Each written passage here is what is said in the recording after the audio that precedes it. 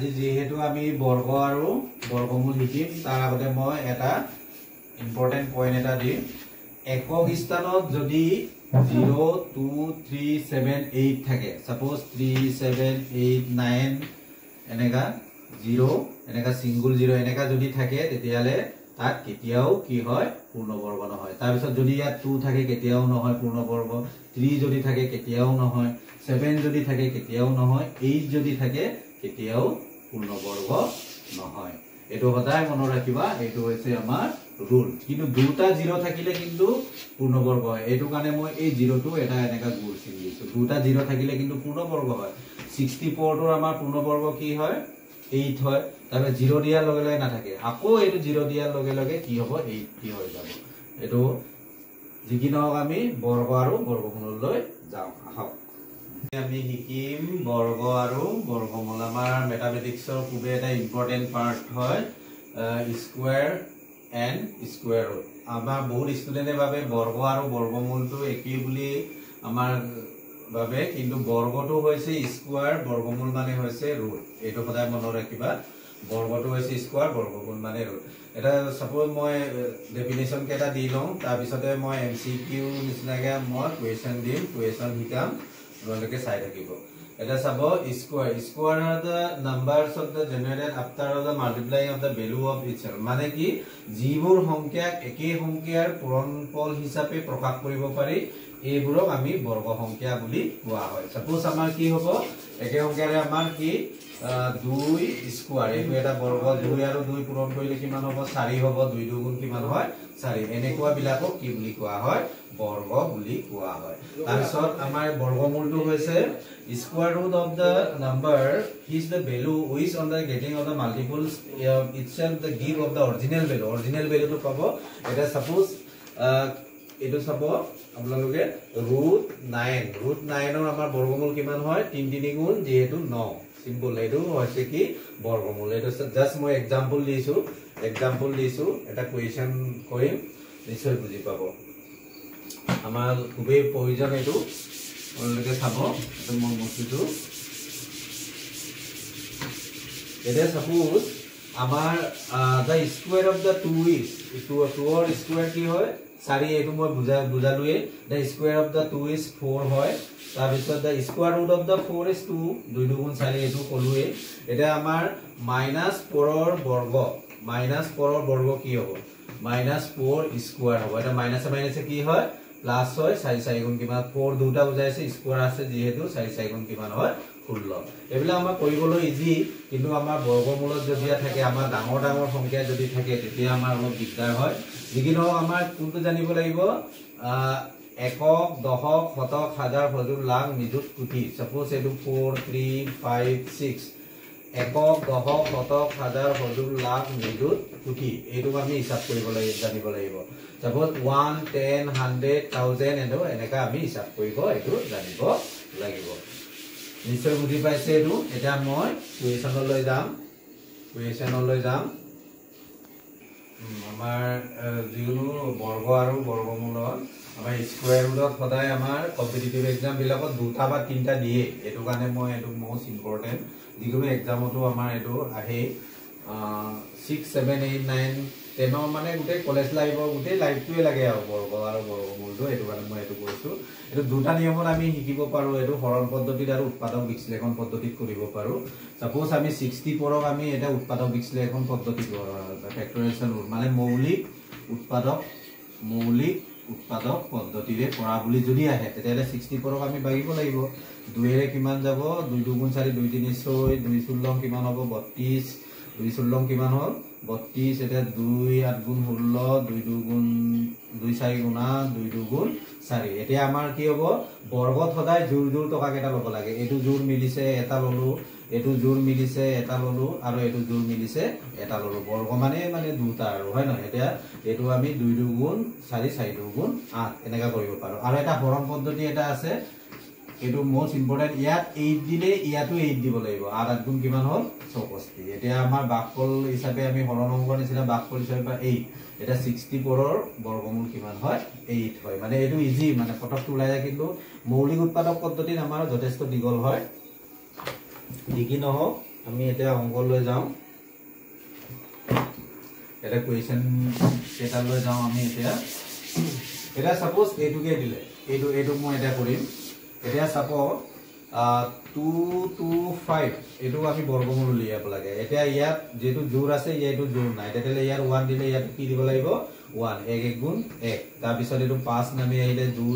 2 ৰ 1 গলে 1 তাৰ পিছত আমি এটা এই 1 আৰু 1 টো যোগ কৰিব লাগে একদম মোস্ট ইম্পৰ্টেন্ট দে ভালকে চাব 1 আৰু বহুত ষ্টুডেন্টে ভুল কৰে 1 আৰু 1 যোগ কৰিলে কি হয় 2 হয় এটা ইয়াত 5 দিলে মই ইয়াতো কি দিব লাগিব 5 দিব লাগিব এটা এই 5 ৰে এই দুটা পূৰণ কৰিব লাগে মানে 5 5 গুণ কিমান হ'ব 25 2 কৰিলে 5 2 গুণ 10 11 12 এই দুটা বাক্যিক হিচাপে আমাৰ কি হ'ল 0 ওলাই গ'ল তেতিয়া ইয়াৰ বৰ্গমূল কিমান হ'ব 15 হৈ গ'ল এটা প্লাস তাৰ পিছত এটা 81 টো আমি জানোৱে 9 9 গুণ একাকি 81 আমি ইয়াত 9 দিলে ইয়াতো 9 দিব লাগিব 9 9 গুণ একাকি এটো 9 ওলাই গ'ল তাৰ পিছত এতিয়া এই পালৰটো মাইনাস আছে মাইনাস দিও minus 484 এটো আমি এটা এটো জোৰ আছে ইয়াত জোৰ নাই ইয়াত 2 দিলে ইয়াতো কি দিব লাগিব 2 দিব লাগিব 2 2 গুণ 4 8 টো নামি আহিলে 4 এতিয়া আমি এই 2 আৰু 2 টো কি কৰিম আমি যোগ কৰিম 4 হৈ গ'ল তাৰ পিছত ইয়াত 2 দিলে ইয়াতো 2 দিব লাগিব এটা এই 2 এৰে এই দুটা পূৰণ কৰিব লাগে 2 2 গুণ 4 2 4 গুণ 8 তেতিয়া ইয়াৰ বৰ্গমূল কিমান হ'ল 22 হ'ল এটা এই দুটা যোগ কৰিলে কিমান হ'ব 9 এটো 14 হ'ল 24 হ'ল তাৰ পিছত এটো -22 24 ৰ পৰা 22 গলে কিমান হ'ব 2 হ'ব নিশ্চয় বুজি পাইছে এটো ইজি একেবাৰে ইজি সিম্পল আৰু একেটা শিকিব লাগে তাৰ পিছত এনেকা যদি পয়েন্ট টকা আহে যদি পয়েন্ট যদি দিয়া থাকে এটো কেতিয়া মই কৰিব লৈছো এটো এটা ৰুট কিমান আছে root 1.69 minus root 1.44 minus root 6.25 এটা ফার্স্ট পয়েন্ট আমি পয়েন্টটো গুছাব লাগে পয়েন্টটো গুছা পয়েন্টৰ পিছত কেটা সংখ্যা আছে যেহেতু দুটা আছে এটো কাৰণে ইয়াত এক আহিলে পয়েন্টটো 1 বুলি ধৰিলো পয়েন্টৰ পিছত দুটা সংখ্যা আছে এটো কাৰণে এটো 0 দুটা বহিলে এটা 169 তাৰ পিছত মাইনাস তাৰ পিছত আমি কিমা একি সেম একি 144 তাৰ পিছত ইয়াত কি থাকিলে 100 বহিব পয়েন্টৰ পিছত দুটা সংখ্যা আছে ইয়াতো 625 পয়েন্টৰ পিছত দুটা সংখ্যা আছে এটো 100 হৈ গ'ল তাৰ পিছত এতিয়া চাব 169 ৰ বৰ্গমূল 169 13 হয় এটো আমি জানোৱে কিন্তু মই দেখুৱাই দিছো 1 গুণ 1 69 ইপালে আব এই 1 আৰু 1 যোগ কৰিলে 2 হ'ব ইয়াত 3 দিলে ইয়াতো 3 দিব লাগিব এটা 3 3 গুণ 3 2 গুণ 6 তেতিয়ালে ইয়াত কিমান হ'ল আমাৰ এটো কিমান হ'ব 13 হ'ব তাৰ পিছতে আমাৰ ইয়াৰ বৰ্গমূল 13 হ'ব তাৰ পিছত 100 ৰ বৰ্গমূল 10 10 গুণ 100 এটো জানোৱে তাৰ পিছত মাইনাস তাৰ পিছতে ইয়াত কিমান হ'ব 144 ৰ বৰ্গমূল এটোৰ সেম একি 12 হ'ব তাৰ পিছত ইয়াত কি হ'ব 10 তা 625 ৰ 25 হ'ব নেকি 24 হ'ব নেকি চাব এটো জোৰ মিলা নাই এটো ইয়াত 2 দিলে ইয়াতো কি দিব লাগিব 2 দিব লাগিব 2 2 গুণ 4 ইপালে 5 2 6 ৰ 4 গলে 2 ইপালে আকৌ ইয়াত 5 দিলে ইয়াতো 5 দিব লাগিব 5 5 গুণ 25 5 2 গুণ 10 5 5 গুণ 25 2 কৰিলে ইয়াত কি হ'ল 2 2 গুণ 4 625 ৰ 6 ৰ এটো 2 ইয়াত 5 দিলে 5 25 625 সাপোজ এতিয়া আমাৰ ইয়াত 2 দিলে ইয়াতো 2 দিব লাগিব 2 2 গুণ 4 হ'ল তাৰ পিছত 5 2 তাৰ পিছত 6 ৰ 4 গলে 2 হ'ল তাৰ পিছত এই 2 আৰু 2 যোগ কৰিব লাগে 4 হ'ল ইয়াত 5 দিলে ইয়াত 5 দিব লাগে 5 5 গুণ 25 5 4 গুণ 20 21 22 এটো হৈ গ'ল তেতিয়ালে ইয়াৰ বৰ্গমূল কিমান হ'ল 25/10 এটা বহুতে আমাৰ ভগ্নাংকত আছে বুলি আমি এটো কি কৰি থাকো লসাগু লৈ থাকো কিন্তু লসাগু লবলৈ একো দৰকাৰ নাই এতিয়া ইয়াত কি আছে পয়েন্টৰ পিছত এটা সংখ্যা আছে এটা সংখ্যা থাকিলে আমি কি লম এটাৰ পিছত আমি কি দিম পয়েন্টটো দিম যদি দুটা যদি শূন্য থাকিলে তেতিয়ালে ইয়াত পয়েন্টটো বহিলে যেহেতু এটা আছে তে এটো কাৰণে 1.3 হ'ব মাইনাস এটো একি ইয়াত পয়েন্টটো বহিব 1.2 হ'ব ইয়াতো একি 2.5 হ'ব এটা 1.3 মাইনাসে কি হয় প্লাস 1.2 2.5 প্লাস কৰিলে কিমান হ'ব 7.3.7 হ'ব 3.7 পয়েন্টৰ পিছৰ সংখ্যা হয় 725 থাকিলে 725 বুলি কেতিয়াও নকব 0.725 বুলি কব লাগে এটো জানে চাগে এটো তাৰ পিছত এটা ইয়াৰ পৰা এটো মাইনাস হৈ আছে প্লাসে মাইনাসে মাইনাস হ'ব এটা 3.7 ৰ পৰা 1.3 মাইনাস কৰিলে 7 ৰ 3 গলে 4 হল তাৰ পিছত ইফালে 2 পইণ্ট কিমান থাকিলে 2.4 ডাঙৰ আগত কি চিন আছে মাইনাস এটোৱে হ'ব ইয়াৰ আনসাৰ নিশ্চয় বুজি পাইছে এতিয়া আমাৰ এনেকা মাইনাস টকা আৰু এনেকা -9 টকা যদি আহে তেতিয়ালে আপোনালোকৰ কি হয় অসুবিধা বহুত ষ্টুডেন্টে কি আহে -2 আহে কাৰণ 4 বৰ্গমূল 2 হয় এটো কাৰণে -2 এটা -9 যদি 9 ৰ বৰ্গমূল 3 হয় -3 এটো নহয় এটো আমাৰ অলপ আজিকালি পৰীক্ষা বিলাক ক'ব নোৱাৰি মাইনাসও দি দিয়ে কিন্তু -4 যদি থাকে এতিয়া মনত ৰাখিব i স্কয়াৰ এটো ইমাজিনাৰী বুলি কয় কাল্পনিক সংখ্যা বুলি কয় মানে এটো কি বুলি কয় i স্কয়াৰৰ মান সদায় -1 হয় মানে এটো এতিয়া মাইনাস এটো মাইনাসৰ জায়গাত আমি কি বহাম i স্কয়াৰ বহাম কাৰণ i স্কয়াৰটো -1 হয় -1 আৰু 4 পূৰণ কৰিলে -4 এ পাম আমি তাৰ পিছতে 4 ৰ বৰ্গমূল কি হয় 2 i স্কয়াৰৰ বৰ্গমূল কি হয় এটো কেনসেল হল ইয়াৰ আনসাৰ হ'ব 2 ঠিক এইদৰে ইয়াৰ আনসাৰ কি হ'ব 3i হৈ যাব এটো সদায় মনত ৰাখিবা এটো অংক আমাৰ হৈ গল তাৰ পিছতে আমাৰ কি হ'ব এটো এনেকা যদি একে সেম একে থাকে এটা √7 যদি আমি পূৰণ কৰো তেতিয়ালে কি হ'ব 7 এ হ'ব এটো সদায় মনত ৰাখিবা কিন্তু বেলেগ সংখ্যা হলে নহব ইয়াত যদি 3 থাকিলে এতেন তেতিয়ালে √21 হলে এতেন মানে এনেকা একে সেম সংখ্যা পূৰণ কৰিলে আমাৰ 7 বা √3 পূৰণ কৰিলেও আমাৰ কি হ'ব 3 হ'ব কাৰণ কেলৈ 7 × 7 = 49 হয় 49 ৰ বৰ্গমূল 7 ডাইৰেক্ট লিখি ললে হৈ গল আমি এক্সামৰ কাৰণে স্পিডত কৰিব লাগে যেহেতু এটো কাৰণে এটো কৰিব লাগে তাৰ পিছত এনেকা যদি থকা আহে তেতে √0.1 যদি থকা আহে তেতিয়ালে আমি পইণ্টটো গুছাই লবই লাগিব তেতিয়ালে 1 বাই কিমান হ'ব 10 হ'ব 1 ৰ বৰ্গমূল কিমান হয় 1 ৰ বৰ্গমূল 1 হয় কিন্তু 10 ৰ বৰ্গমূলটো এটো অপৰিমেয় সংখ্যা বৰ্গমূল নাই অপূৰ্ণাপূৰ্ণি মানে গৈ থাকিব এটো কাৰণে আমি তলৰটো সদায় গুছাবলৈ চেষ্টা কৰিব লাগে ওপৰৰ ৰুট থাকিলে একো নহয় এতিয়া আমি কি হ'ব √10 এতিয়া আমি ইয়াত দুটাতে আমি লব আৰু হৰত আমি √10 আমি পূৰণ কৰি দিব লাগে যদি 5 থাকিলে এটা √5 পূৰণ কৰিলো এটা তেতিয়া আমাৰ কি হ'ল এইটো কেনসেল হলে এইটো স্টেপে পাম এটা এইটো আৰু এইটো আমাৰ কি হৈ গল কেনসেল হৈ গল একে স্টেপ উলাইগে তেতিয়া হলে আমি ডাইৰেক্টলি আমি কি কৰিব লাগিব হৰণ কৰিবই লাগিব নহলে এইটো কেনসেল হলে এইটো পাই যামগে নে এইটো কাৰণে আমাৰ এইটো ওপৰৰ ৰুট থাকিলেও আমাৰ একো চিন্তা নাই তেতিয়ালে আমাৰ কি হ'ব √10 পূৰণ কৰিলে অথনি মই কৈছিলো √7 পূৰণ কৰিলে 7 এ হয় √10 পূৰণ কৰিলে কিমান হ'ব 10 হ'ব তাৰ পিছতে আমাৰ কি হ'ব 1 আৰু √10 পূৰণ কৰিলে কিমান হ'ব √10 হ'ব এটা √10 ৰ আমি আনসাৰটো যদি এনেকা থাকে এনেকা কিন্তু প্ৰায়ভাগ আমাৰ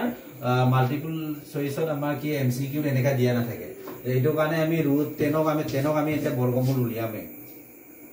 তাৰ পিছত এতিয়া চোৱা ইয়াত যেহেতু 2 দিলে 2 × 4 সৰু হয়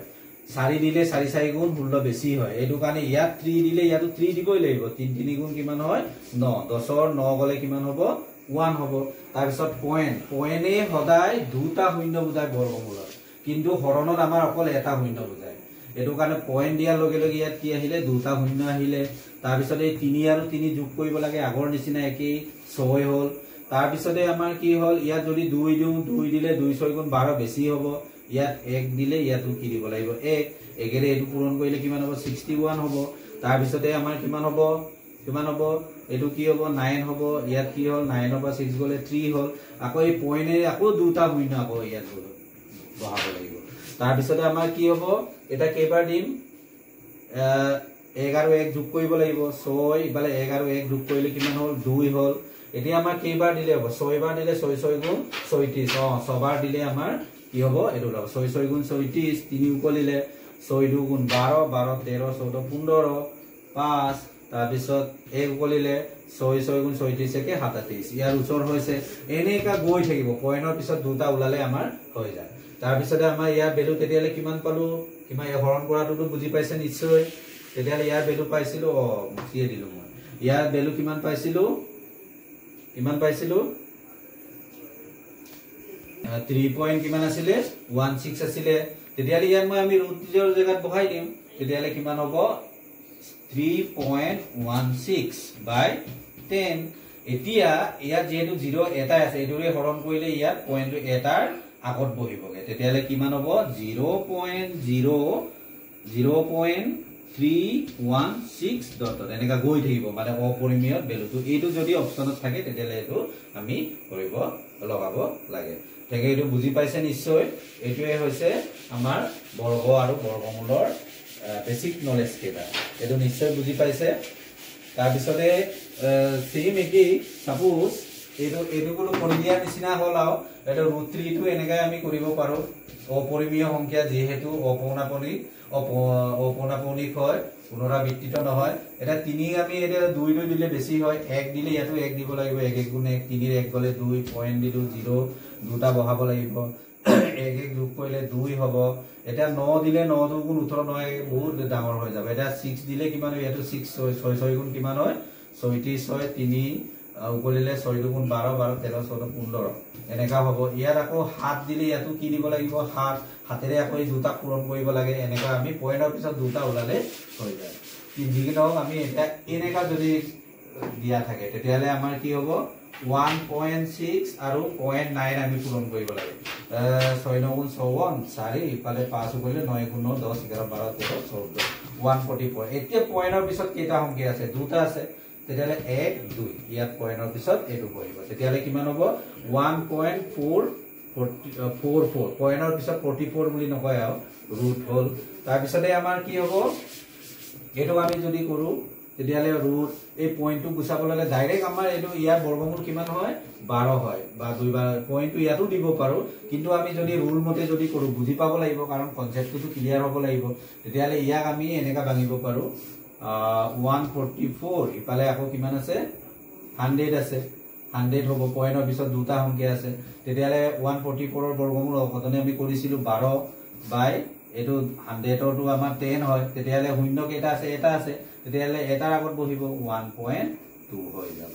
এনেকৈ এবিলাক চাব লাগে নিশ্চয় বুজি পাইছে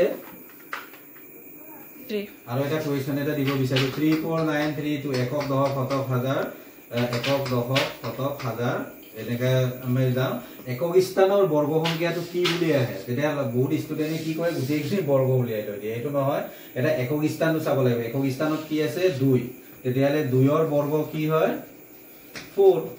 এইটো লগালে অপচনত এইটো থাকিব 3 দিলে 2 দিলে 2 দিলে b এনেকা 2 দিলে পালে c 1 দিলে পালে d কি হ'ব 4 দিলে তেতিয়ালে কোনটো অপচন উত্তৰ হ'ব 4 এনেকা আমাৰ মাল্টিপল MCQ আমাৰ আহি যায়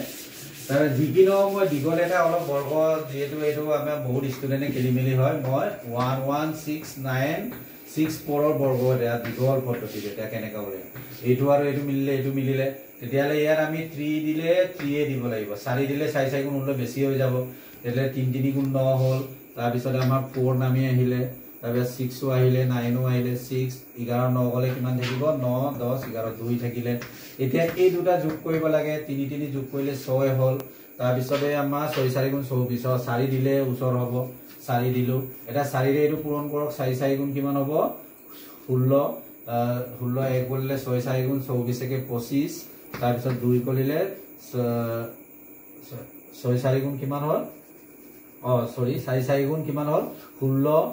4 4 গুণ 16 1 গলে 6 4 গুণ 24 কে 25 তেতিয়ালে ইয়াৰ আকৌ 4 6 9 ৰ পৰা 6 গলে কিমান থাকিব 3 থাকিব এটো 1 থাকিব এতিয়া আকৌ এটো যোগ কৰিব লাগে 6 4 আৰু 4 যোগ কৰিলে কিমান হ'ব 8 হ'ব তাৰ পিছত এতিয়া 212 ইয়াত 2 দিলে ইয়াতো কি হ'ব 2 দিব লাগে 2 গুণ কিমান হ'ল 4 আৰু 2 গুণ 16 তাৰ পিছত 212 একে 13 এই 2 ইয়াৰ বৰ্গমূল কিমান হ'ব 342